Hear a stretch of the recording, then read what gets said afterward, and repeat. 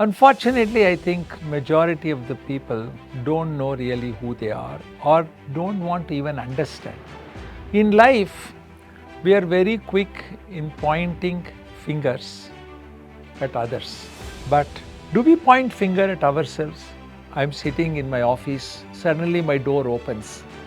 Somebody comes and says, Dr. Ajai Kumar, you are a fraud, you are a liar, you are a cheat. Some accusations are made. If they are right, I should say, okay, let me reflect, correct myself.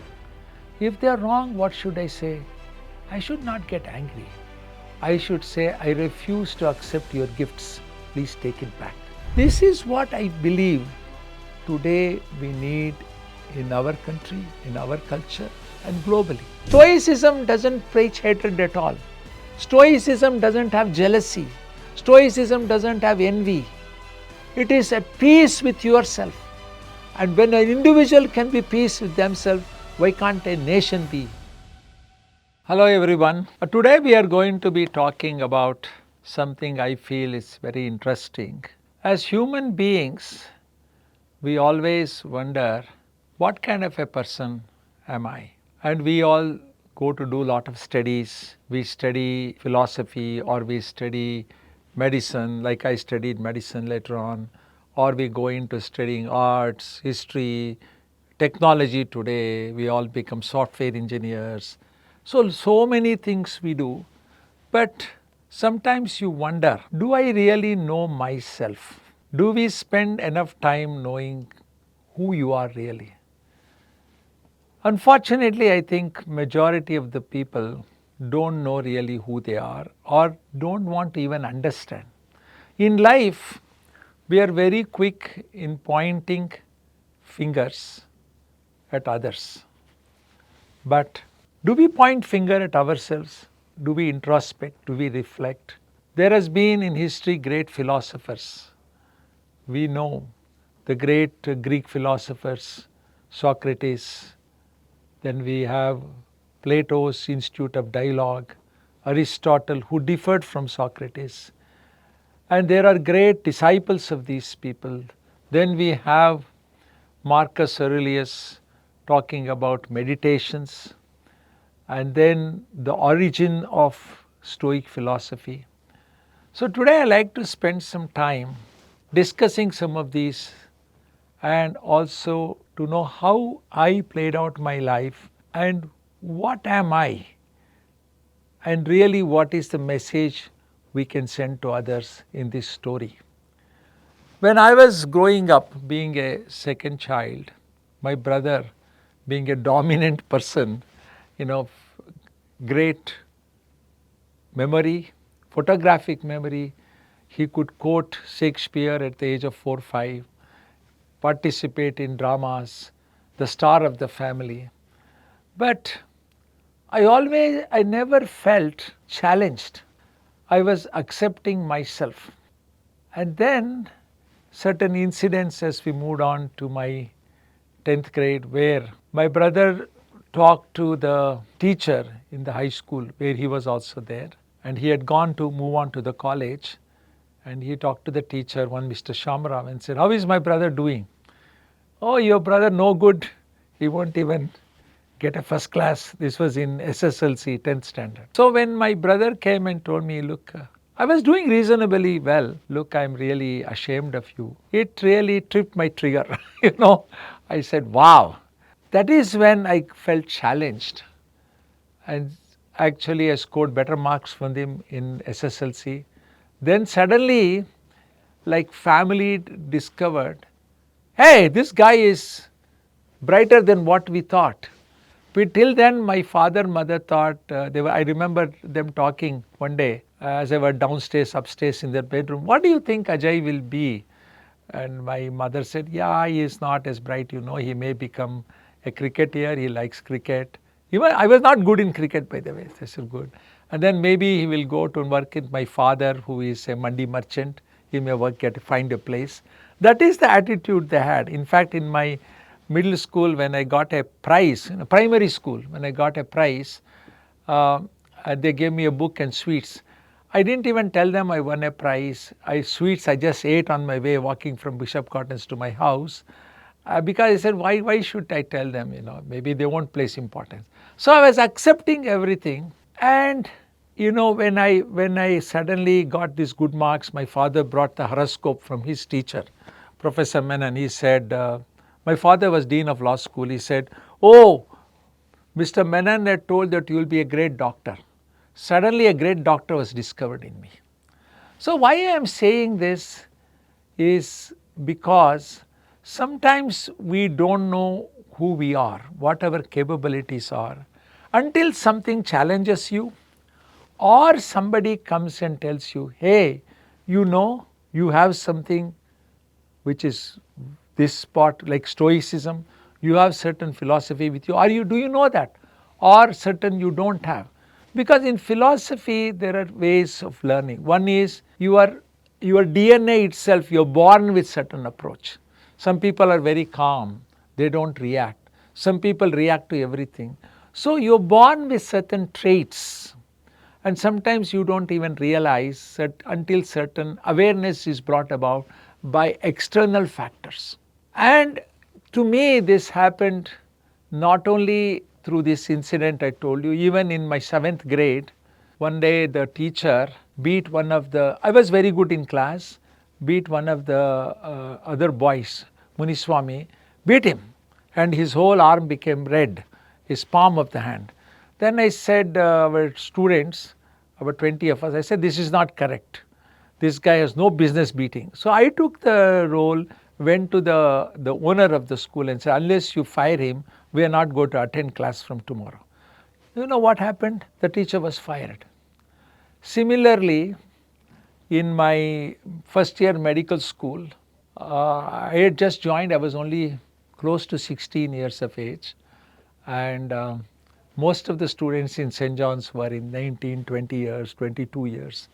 Most of them had done their graduate, BSc graduate and all.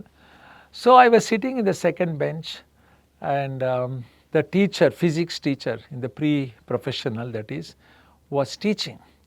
And he couldn't pronounce CC, so he used to say shishi. So he started saying we shishi. So suddenly the whole class was thumping, making noise, we shishi, we shishi. So I had closed my mouth and just smiling. So the teacher called me, hey you, come on. He thought I was a meek boy, let him first punish him. So called, take your books and get out. So I went back to my seat and sat down. The teacher said, I asked you to get out. I said, I have done nothing wrong. Why should I get out? He said, we can discuss later. I said, what is the point in discussing later when I already leave the class? So he said, I'm going to report to you. He said, please report. So sat down. Then the principal of the college called me and said, why did you do this? I said, it was a padri, father. What is the point in me going out if I am not guilty, if I am innocent? I will not do that. So he counseled me a few things. But why I want to tell you these instances is, it is very important. That is when, even in my high school, I showed certain leadership qualities. I began to realize, man, maybe I have some leadership qualities, Nobody told me, I realized. So it happens in multiple ways. You can read a book, you can say, oh, this character fits me. Like I remember reading War and Peace by Leo Tolstoy, and a famous novel. In that there is a main character is called Pierre, who is really goes through a lot of things, accepting, understanding, and how his life. I used to identify with him. So that is where I was at that point, and I will also give one more instance before I go into why Stoic philosophy. In about 2003 or 4, doing my trips to India back and forth, I was living in US still, about to make the move. I had gone to a chaat restaurant with my friend Namit. We were coming out of it. Then there was a able-bodied person who came and started asking money. I told him, I always like to converse because that is another trait I had to find out. So I said, why are you begging? You look able-bodied. Why not a job? I can even find you a job. He said, in Kannada, he said, are you going to give me or not? Tell me. So I felt, why are you asking this? Why not you? Then he got angrier, started shouting at me. Finally, I told him, you're not even a good beggar. How can a beggar scream and shout? Nobody will give you when you scream and shout. You have to be patient. So my friend was laughing, and we had a lot of discussion on that, deep discussion. So that is what Stoicism is. You should accept what you are, and you should think of yourself and not really get that much influenced by the external forces. For example, let us say I'm sitting in my office, suddenly my door opens. Somebody comes and says, Dr. Ajai Kumar, you are a fraud, you are a liar, you are a cheat. Some accusations are made. If they are right, I should say, okay, let me reflect, correct myself. If they are wrong, what should I say? I should not get angry. I should say, I refuse to accept your gifts. Please take it back. That, my friend, is real Stoicism. And I didn't know as a person I had it until I read about it. But most importantly, circumstances like this, even my friends telling me how I react to certain situations, really got me to thinking about it. That is when I started reading, meditations.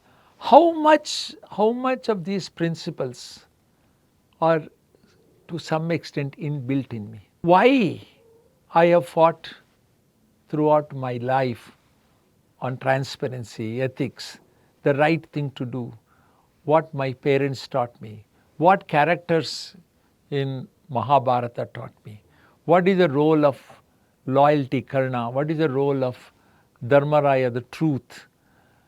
And we did a podcast on, for example, truth itself. We talked about Satya Harishchandra. What does it all mean? What is virtue? What is virtue? What is dharma? Is there certain thing as real dharma? Or is it something you evolve into and say, in my philosophy, this is dharma? For example, in the past I might have mentioned about truth. In various cultures, for example, best of my knowledge, in Christianity, in Islam, there is only one truth. But in various other cultures, including Hinduism, is there something like truth? The classic example given is 9 blind people feeling an elephant. Depending on which parts of the body you feel, you may say it is a rope, it is a pillar, it is a wall, it is a snake. But friends, all of them are right. So there is nothing like an absolute truth. Then what is it? Is it a perception? Is it something we assume the truth, whereas the other person can say that is not the truth? And herein comes lot of debate in our society. It's an important discussion to have about the truth. For example, you take a family situation or a friend situation with friends or at work. Let us say I'm Ajai Kumar, I am discussing with one Mr. Shantanu. Then I tell Mr. Shantanu says, based on this discussion, I am saying this is what I mean happened. Because we must have had a discussion, altercation, and he is saying this is my view. Now when he is giving his view, lot of times what we say, no, you didn't mean that. My friends, that means I am calling this Mr. Shantanu a liar. How can you do that? You can say I disagree with you. Your views and my views disagree. But we cannot say you didn't mean it, because he has said what he meant. He said this is how I perceived the situation was. We have to say we accept that situation, but I feel this, where I disagree with you on this issue, that you went in the wrong way. I feel you should have gone this way. And he can say you are in the wrong way, but it becomes an issue-based discussion rather than personalizing. When we say you didn't mean, it this way. Whether it is family, it could be father, children, mother, children, it could be husband, wife. When you bring about this discussion to the level when you say you didn't mean it, you are actually demeaning the person. You are actually telling the person they are not telling the truth. So this is how we learn about philosophy, Stoic philosophy. Take for example the common things we all say. In a discussion, somebody uses, let us say, foul language or says things very brutally. Lot of people respond saying, "You hurt me so much." Isn't it a common thing people use? "You hurt me." Instead of that, if you reflect on it, when somebody says things, when you say "you hurt me," you have actually given in to that person's argument.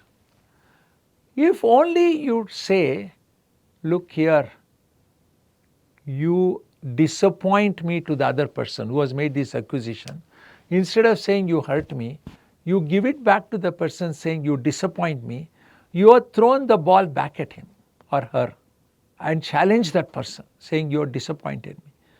All of this you learn, like I always say, in life we see and we see.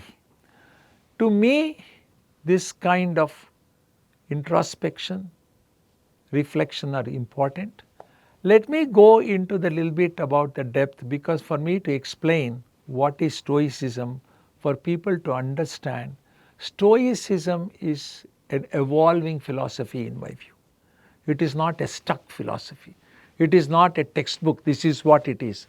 As we come up with new ideas, new things, it can grow. It is like a, what you call, Linux system.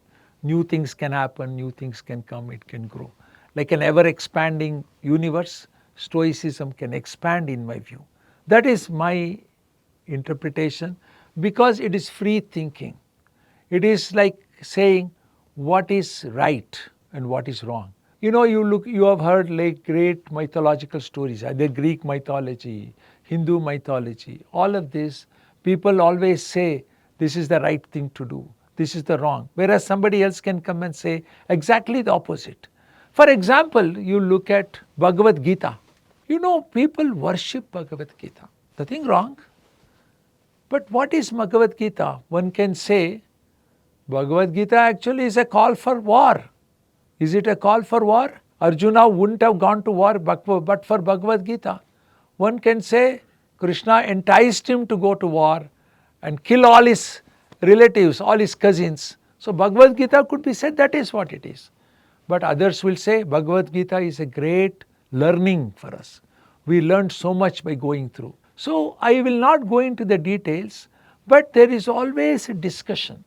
So when I talk about Stoicism philosophy is, we should give room for discussion. We should think, let me hear from other person and let the person hear from you who.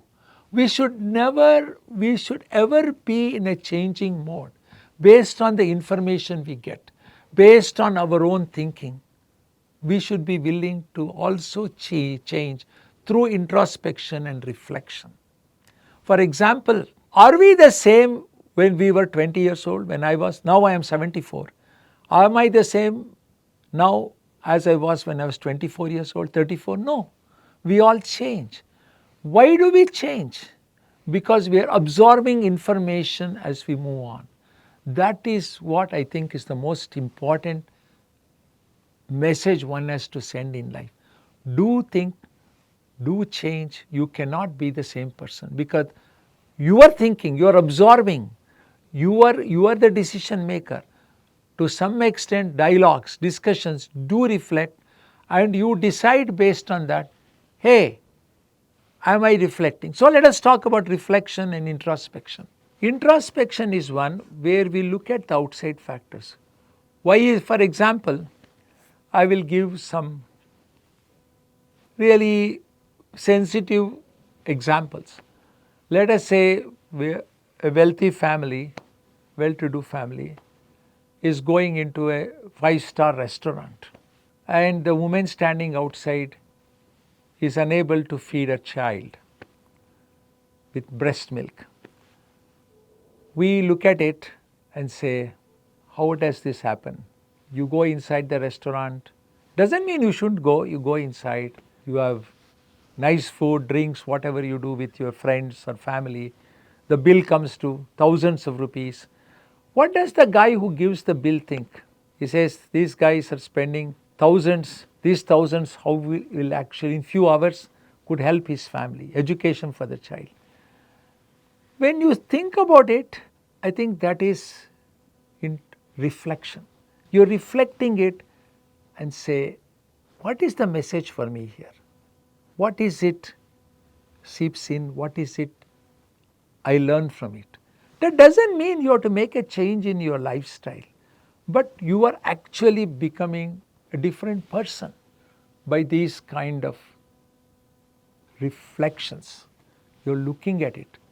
That is what I call it. You see and you see. We see majority of the people may go through to a main restaurant without noticing that person. Majority will just pay the bill without thinking what is this person who's giving the bill. But when you start thinking, you are actually reflecting on the surroundings. There are multiple examples like this. Then what is introspection is, in my view, is, for example, you go to work. I've given this example possibly in the past. There is a traffic maybe. Every day you come, you are late, your colleagues, your person you report to ask, why are you late? You say traffic jam. What the word we use, traffic jam. Is it possible for you to say the truth? Hey, I got up late today. I had an issue in the family. My child was sick. Whatever it is, all I want to say is, why can't we be truthful? So when you're going back home, you think about it and say, maybe I should tell the truth next time. I should say as it is. Whatever the consequences are, that is, in my view, is introspection. You're introspecting about your actions. You think about your own actions and say what. So then also you're becoming a better person. You are actually resetting your personality. You are resetting yourself to a different level each time without you realizing it. This is the beauty of life. You don't realize on these reflections or introspect as you start doing, because it kind of makes you a better person. And this is what I believe today we need in our country, in our culture, and globally. For example, you have, let us say, there's a television debate. Two parties are debating. One party comes from, let us say, BJP, one party comes from Congress or whatever party they belong. Two ideas are discussed. Do you ever hear one person saying the other party, yeah, person, you have made a good point, we should take it? We don't hear. Each person is abusing the other person, saying you are wrong, whatever the points are made. This is not acceptable. As we evolve, we should understand what the other person is saying. Is there a merit to that, what he's saying or she is saying? Based on that, can I also correct? And what is the point I am saying, can he also correct? That is where I think to some extent the art of listening comes. We have all been victims of this art of listening. What do I mean by that? When somebody, whether it is a boardroom discussion, whether it is a classroom discussion, or whether it is any form of decision-making discussion, people lot of times would have already made up their mind before the other person speaks. Do we pay enough attention to listening what they are saying? Give it some thought and then react to it and say, okay, where I agree with you, where I disagree with you. That is a mature conversation. That is what some of the mature individuals, companies do. Giving time for each person to talk and listen, understand, absorb, and then you give your reply. When you give your reply, the other entity should also listen to it. This is, in a way, is Stoicism. Stoicism is, when you look at Marcus Aurelius, Epictetus, all of these people who practiced it, for them one thing was clear: be good in whatever you are. In fact, Marcus Aurelius went to the extreme extent of saying, if you are a slave, be a good slave. If you are a king, be a good king. The story goes that being a great Roman emperor, he never enjoyed being an emperor, but always was into learning, wanted to learn more. But he said, well, emperorship has fallen on me, I'll perform the duty well. I will not leave it and go. There is also a story about a slave who is a Stoic philosopher, who actually, as a good slave and as a Stoic philosopher, who was respected very well during his time and more so after his time as a great philosopher. So Stoicism is really, as I said, about right, transparency, truth, and being comfortable with yourself. I have done the right thing today. I feel good about myself. It is nothing to do with wealth, but doesn't mean you cannot have wealth the right way. It is nothing to do with education. It is something philosophy, bare bone philosophy. It can come to you through reflections. And it has also nothing to do with any influence. It is something inborn yourself, or do you develop these characters as you grow, as long as you are aware of it. Where a teacher can come and play a role is to create that awareness. Being a teacher is in my view, most of them are mentors. When you look at today, it's an age where in India, for example, there are a lot of gurujis. There are people who are followers of these gurujis. They're all that do. But in a way, do you really need them? Should we be followers, or should we really be my own guru and take hints from them, learning from them, and form my own ideas? Even accept the fact you can refuse, you can challenge them. For example, how many people challenge the Mahabharata?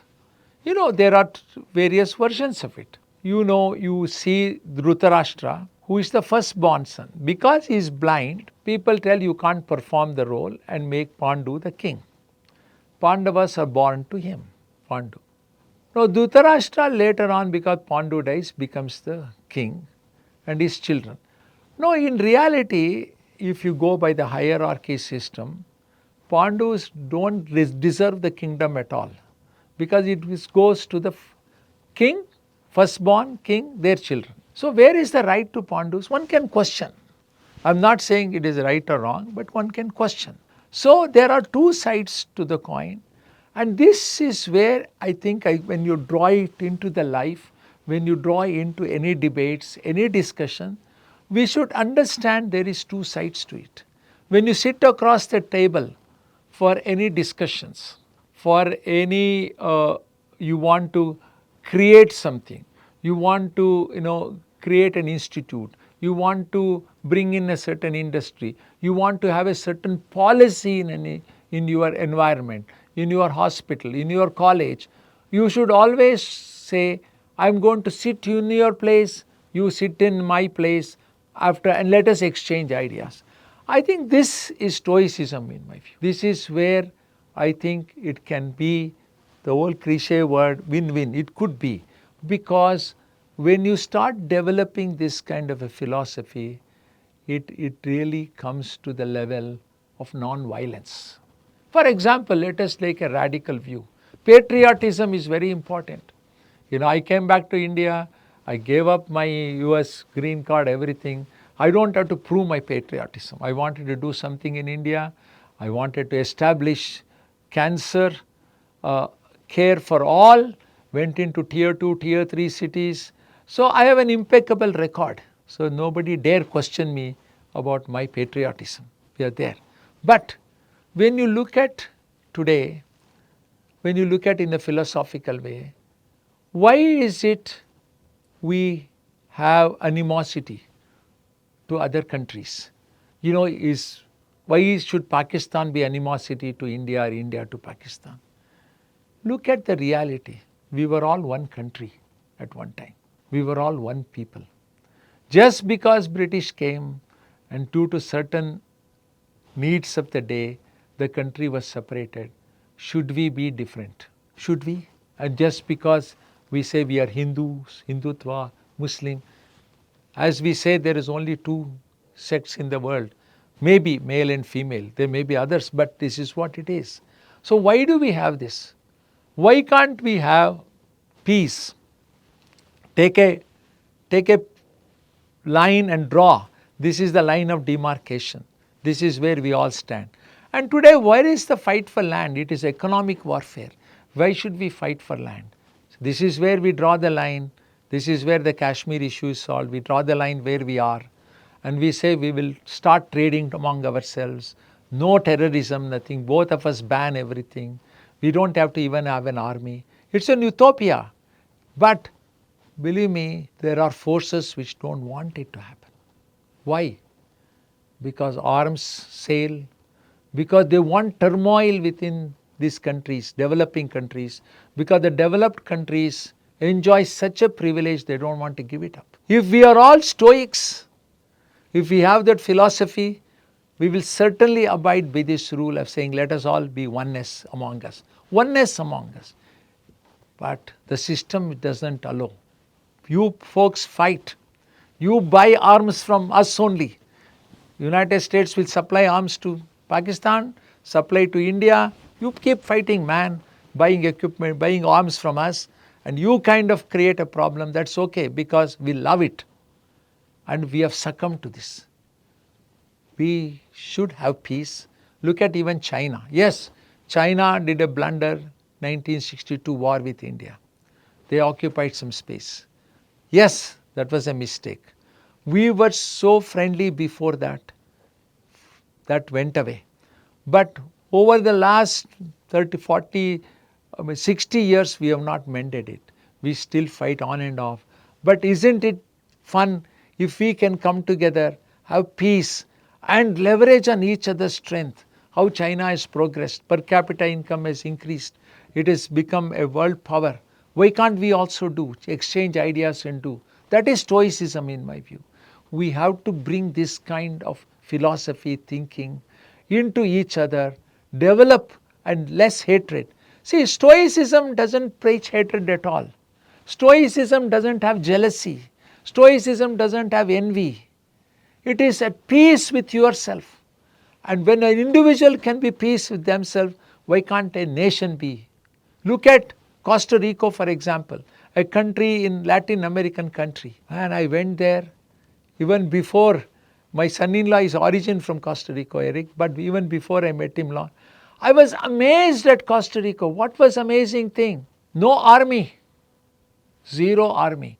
And they used to take buses which are abandoned from United States, bring them and recycle them and rebuild buses. Recycling, phenomenal, environmentally sound. Why can't we learn from it? Why should we learn always from bad guys, not from good guys? Why not? Is it possible we disband the complete army and level up peace and have a trade like we did in before silk trade? One of the prosperous times for India was during the trade time, when people came from Europe, elsewhere to buy our spices, our silk goods, and we had flourishing trade. At that time, India, before British came, were the highest GDP in the world. 25% of the world GDP was from India.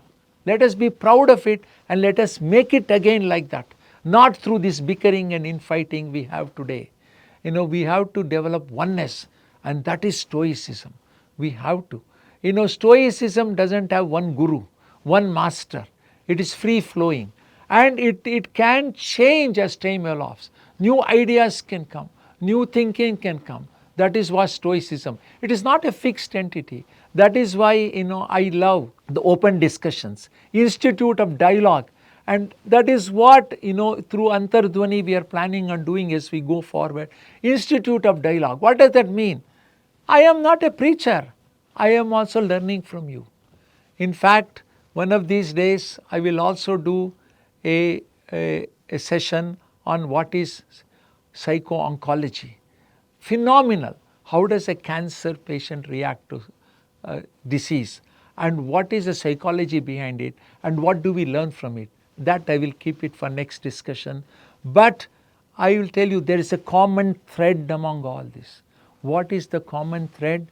Is really goodness, no envy, no jealousy, appreciating others, learning to live with each other in harmony and peace. That is maybe utopia, but if we can develop a generation of people thinking on these lines, my friends, it is possible to do it. Nearly 2500 years ago or 3000 years ago, people like Socrates, Buddha, funny thing is all of them lived around the same time. Jainism, Mahavir Jain, Confucius, all of those people thought about it. Ahimsa. We have gone through a period of himsa. You look at later on. Today we talk about Venice, the beautiful place. Please read your history. How did Venice become prosperous? And Genova through slave trade. Slave trade. What do you think of that? So there is always things we can learn from each other, and we can always say not to repeat the same mistakes and not to reinvent the wheel. Like I always say, history is a great teacher for us. Mistakes are great teacher for us to learn. Let us learn. Let us not go through the same path, beaten path, and keep on making mistakes and keep on learning. From mistakes we should learn and redefine ourselves, reset ourselves. Some wars we should learn. Look at the Second World War. First World War, Second World War, both happened in Europe. What have they done since then? EU has come, European Union. Literally there are no armies between the countries. I know how when I used to travel to Europe before EU happened, you have to get a visa from each country. There are different currencies. It was a torture. Today, there is nothing like that. You can travel each country, no borders, and same currency. When EU has done that, why can't we do? Why can't we do? So this essentially requires great thinkers. We need leaders, great thinkers who can come together and work together and bring in certain philosophy into this, common sense into it. Another great aspect of Stoicism is common sense. Great Voltaire said common sense is so uncommon. It is uncommon. And also, please remember, we always keep on learning. When Socrates was made, Oracle of Delphi called him the wisest man on earth. Why? Because Socrates answered, Oracle has realized that I have realized now that how little I know. That is sign of a wisdom. How little you know. As you progress, you begin to realize how little you know. In my own cancer field, after 50 years, am I an expert in cancer? That is my first thing I do in my talk. Please remember, I am not an expert in cancer field. After 50 years. Because as you go deeper into that learning, you begin to realize how little you know. Same thing about human behavior, human psychology, how people behave in what way, why do they do certain things. As you understand more and more into the depth of it, you begin to realize how little you know. That is also Stoicism. Its ability to understand that how little you know and keep on learning from it. That actually is a road to wise man. Whether we become a wise man or not, somebody has to decide. But believe me, people, it is a wise man. Probably the wise man themselves doesn't know that it's wise. It is for others to recognize and see, learn from each other. So this is where I think there is a lot of today in this world when we are dealing such geopolitical situation, so much of turbulence, so much of even to some extent violence, talk, the technology, the media. It is very important for us to go back into this Stoicism and start reflecting on ourselves. Sometimes we feel we don't have time, but believe me, we have plenty of time. It is for us to make room for it. And because today we are not willing to know ourselves. Like I tell my doctors, we scope all others, but are we scoping ourselves? As individuals, we should scope ourselves, know who we are. And it is not to be preachy here, it is just a dialogue for me. It is a dialogue. That is why I am very keen on starting a dialogue institute. So these could be discussed, documented, and put forth for people to come to these institutions, discuss, dialogue, and carry this message across. Hope I have conveyed certain things today, and I hope to do more of these things as we move forward. Thank you very much.